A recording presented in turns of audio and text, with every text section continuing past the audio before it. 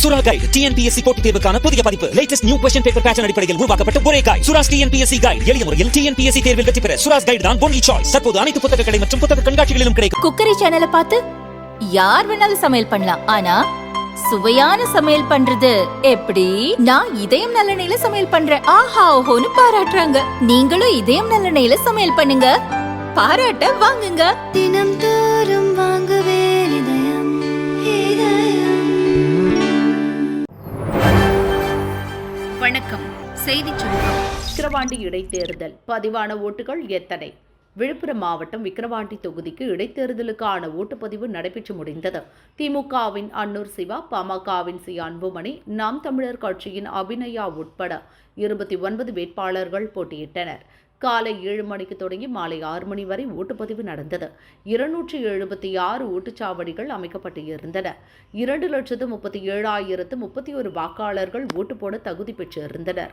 இதில் 1,95,495 பேர் ஓட்டு போட்டுள்ளனர். 41,536 பேர் ஓட்டு போடவில்லை. அதாவது 82.48% ஓட்டுகள் பதிவாகியுள்ளன. மின்னணு ஓட்டுப்பதிவு இயந்திரங்கள் சீல் வைக்கப்பட்டு ஓட்டு எண்ணும் மையமான பனையபுரம் அரசு மேல்நிலைப் பள்ளிக்கு கொண்டு செல்லப்பட்டன.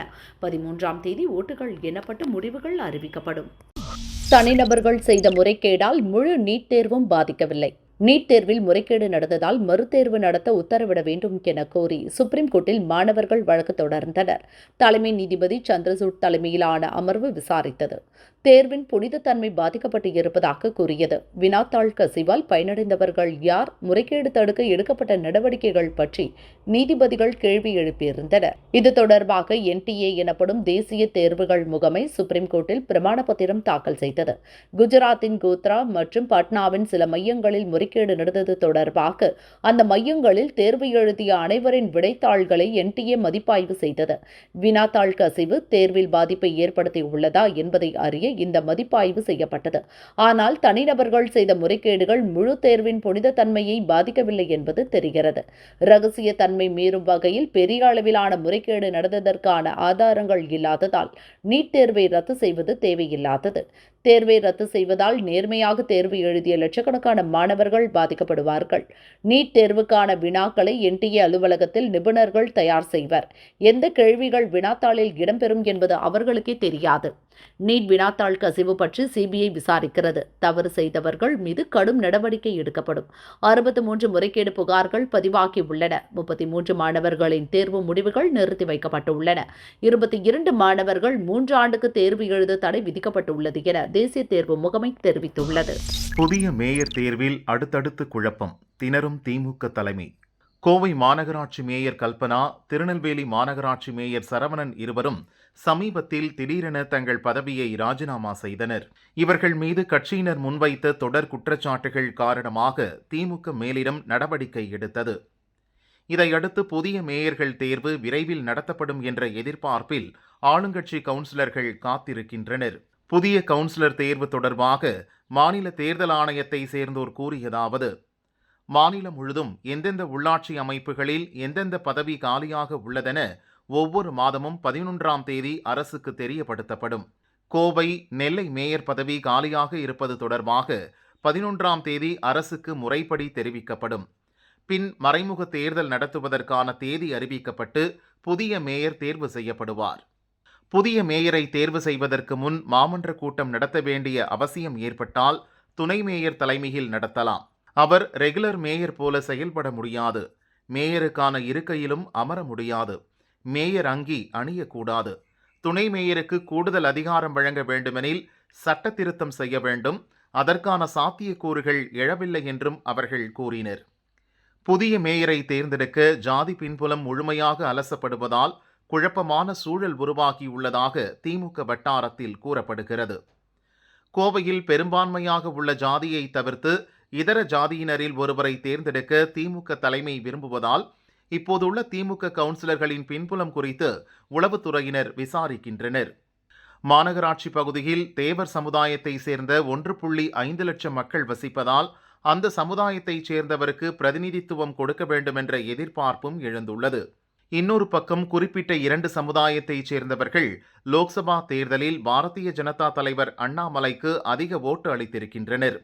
அவர்களை புறக்கணித்தால் 2026 சட்டசபை தேர்தலில் கட்சிக்கு பாதிப்பு ஏற்படலாம். அதனால் அவ்விரு சமுதாயத்தைச் சேர்ந்தவர்களில் ஒருவரையே தேர்ந்தெடுக்க வேண்டும் என கூறி கட்சி தலைமையை கட்சியினர் குழப்பியிருக்கிறார்களாம். இதே நிலைதான் நெல்லையிலும் இருப்பதாக திமுக வட்டாரத்தில் கூறப்படுகிறது. அமைச்சர் எம்எல்ஏ மோதல் உச்சம், கண்டுகொள்ளாத திமுக தலைமை. திருச்சி மாவட்டம் லால்குடி சட்டசபை தொகுதி திமுக எம்எல்ஏவாக இருப்பவர் சவுந்தரபாண்டியன். இவருக்கும் திருச்சியை சேர்ந்த அமைச்சர் நேருவுக்கும் இடையே கடந்த 2 ஆண்டுகளாக மோதல் போக்கு நிலவி வருகிறது. லால்குடி தொகுதியில் நடக்கும் அரசு விழா மற்றும் கட்சி நிகழ்ச்சிகளுக்கு கூட சவுந்தரபாண்டியனை அழைப்பதில்லை. இதனால் அமைச்சர் நேரு மீது சவுந்தரபாண்டியன் கடும் அதிருப்தியில் இருந்து வருகிறார். லோக்சபா தேர்தலில் பெரம்பலூர் தொகுதியில் நேருவின் மகன் அருண் போட்டியிட்டதால் சில நாட்களுக்கு சவுந்தரபாண்டியனை நேரு அனுசரித்து சென்றார். தேர்தல் முடிந்ததும் மீண்டும் சவுந்தரபாண்டியனை நேரு உதாசீனப்படுத்துவதாக குற்றச்சாட்டு எழுந்துள்ளது. கடந்த சில நாட்களுக்கு முன்பு லால்குடியில் நடந்த அரசு நிகழ்ச்சியில் அமைச்சர் நேரு பங்கேற்றார். ஆனால் நிகழ்ச்சிக்கு தொகுதி எம்எல்ஏவான சவுந்தரபாண்டியன் அழைக்கப்படவில்லை. இதனால் அதிருப்தியடைந்த எம்எல்ஏ சவுந்தரபாண்டியன் லால்குடி தொகுதி எம்எல்ஏ இறந்துவிட்டதால் தொகுதி காலியானது என முகநூல் பக்கத்தில் பதிவிட்டார். இது பரபரப்பை ஏற்படுத்தியது. இதற்கிடையே லால்குடியில் நேற்று நடந்த அரசு நிகழ்ச்சியில் அமைச்சர் நேரு மற்றும் அவரது மகனும் பெரம்பலூர் எம்பியுமான அருண் ஆகியோர் மட்டுமே பங்கேற்றனர். வழக்கம் போல தொகுதி எம்எல்ஏவான சவுந்தரபாண்டியனுக்கு அழைப்பு இல்லை. இதனால் மீண்டும் அதிருப்தியின் உச்சத்துக்கு சென்ற சவுந்தரபாண்டியன் நேற்று முகநூல் பக்கத்தில் தன் அதிருப்தியை பதிவு செய்துள்ளார். அந்த பதிவில் மாண்புமிகு நகராட்சி நிர்வாகத்துறை அமைச்சர் அவர்களுக்கு பணிவான வேண்டுகோள். 11/1/2021 அன்று நான் தங்களிடத்தில் லால்குடி நகராட்சிக்கு பாதாள சாக்கடை திட்டம் வேண்டும் என்று கோரிக்கை வைத்தேன் என்பதை நினைவுக்கு கொண்டு வருகிறேன், நிறைவேற்றி தருவீர்களா என்று கேட்டுள்ளார்.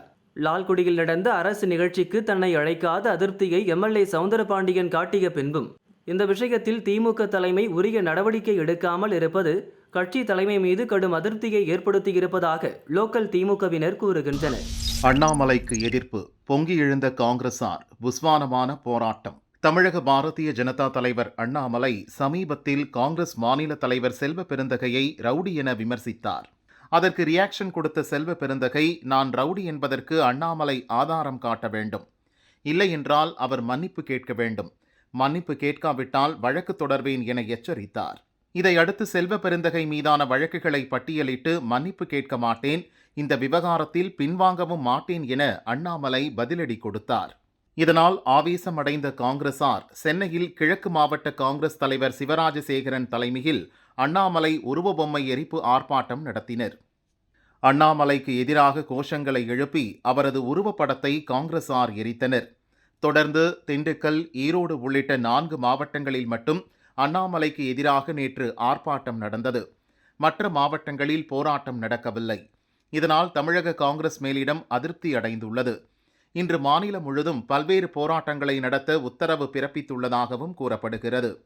நேற்று வீடியோ கான்ஃபரன்ஸ் மூலம் காங்கிரஸ் மாவட்ட தலைவர்கள் ஆலோசனை நடத்தியிருக்கின்றனர். அப்போது அண்ணாமலை மன்னிப்பு கேட்காவிட்டால் பாரதிய ஜனதா தலைமை அலுவலகமான கமலாலயத்தை முற்றுகையிட்டு போராட்டம் நடத்த வேண்டும் என மாநில நிர்வாகி ஒருவர் கூறியதாகவும் தெரிகிறது. பாலிடெக்னிக் கல்லூரிகளில் 50% காலியிடங்கள். தமிழகம் முழுதும் 403 சுயநிதி கல்லூரிகள், 54 அரசு கல்லூரிகள், 34 அரசு நிதியுதவி பெறும் கல்லூரிகள், ஒரு உணவு மேலாண்மை பயிற்சி கல்லூரி உட்பட 496 பாலிடெக்னிக் கல்லூரிகள் செயல்படுகின்றன. இவற்றில் மொத்தம் 1.40 லட்சம் இடங்கள் உள்ளன. 10ஆம் வகுப்பு முடித்தவர்களுக்கு 1ஆம் ஆண்டும், +2 முடித்தவர்களுக்கு 2ஆம் ஆண்டும் மாணவர் சேர்க்கை நடத்தப்படுகிறது.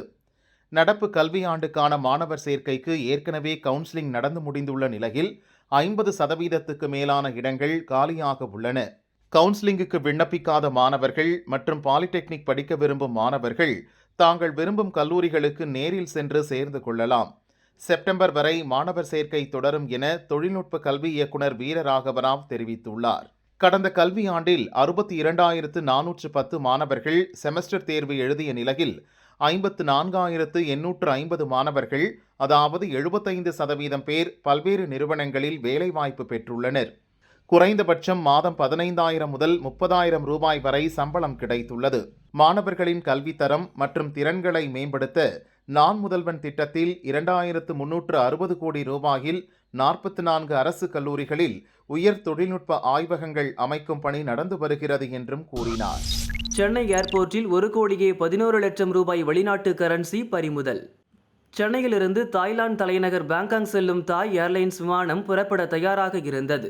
அதில் பயணம் செய்ய இருந்த பயணிகளின் உடைமைகளை சுங்க அதிகாரிகள் சோதனை செய்தனர். சென்னையை சேர்ந்த 2 பேர் சுற்றுலா விசாவில் தாய்லாந்து செல்ல இருந்தனர். சந்தேகமடைந்த அதிகாரிகள் 2 பேரையும் தனியாக அழைத்து சென்று சோதனை செய்தனர். இருவரும் ஹவாலா பணத்தை கடத்திச் செல்வது தெரிய வந்தது. 2 சூட்கேஸ்களில் ரகசிய அறை அமைத்து அமெரிக்க டாலர் மற்றும் சவுதி ரியால் ஆகியவற்றை கொண்டு சென்றது கண்டுபிடிக்கப்பட்டது. இவற்றின் இந்திய மதிப்பு 1,11,00,000 ரூபாய். இந்த பணத்தை பறிமுதல் செய்த அதிகாரிகள் இருவரையும் கைது செய்தனர். விசாரணையில் இருவரும் கடத்தல் குருவிகள் என்பதும் ஹவாலா பணத்தை தாய்லாந்தில் கொடுத்துவிட்டு தங்கம் கடத்தி வர இருந்ததும் தெரிய வந்தது. ஹவாலா பணத்தை கொடுத்து அனுப்பியவர் யார் என்பது குறித்து விசாரணை நடக்கிறது. இந்தியா சீனா எல்லையில் 108 கிலோ தங்கம் பறிமுதல். லடாக்கின் கிழக்கு பகுதியில் உள்ள சங்தங் அருகே இந்திய சீன எல்லை பகுதியில் கழுதைகளுடன் 2 பேர் இந்திய எல்லைக்குள் ஊடுருவ முயல்வதாக பாதுகாப்பு படை போலீசாருக்கு தகவல் கிடைத்தது. அவர்களை பாதுகாப்பு படையினர் விரட்டி சென்று பிடித்தனர். விசாரணையில் மருந்து தாவரங்களை சேகரிக்க வந்ததாக தெரிவித்தனர். சந்தேகத்தின் பேரில் அவர்களிடம் நடத்தப்பட்ட சோதனையில் இருவரிடமிருந்தும் தலா 1 கிலோ எடையுள்ள 108 தங்க கட்டிகள் பறிமுதல் செய்யப்பட்டன. இது தவிர 2 மொபைல் போன்கள், பைனாகுலர், 2 கத்திகள் மற்றும் கேக்குகள், பால் உள்பட சீன உணவுப் பொருட்களும் பறிமுதல் செய்யப்பட்டன. பிடிபட்டவர்கள் லடாக்கின் நியோமா பகுதியைச் சேர்ந்த செரிங் சம்பா மற்றும் ஸ்டான்சிங் டோர்கியால் என தெரிய வந்துள்ளது. கடத்தலில் தொடர்புடைய மேலும் ஒருவர் கைது செய்யப்பட்டுள்ளார். அவர்களிடம் போலீசார் மற்றும் இந்திய திபெத் எல்லை பாதுகாப்பு படையினர் இணைந்து விசாரணை மேற்கொண்டுள்ளனர்.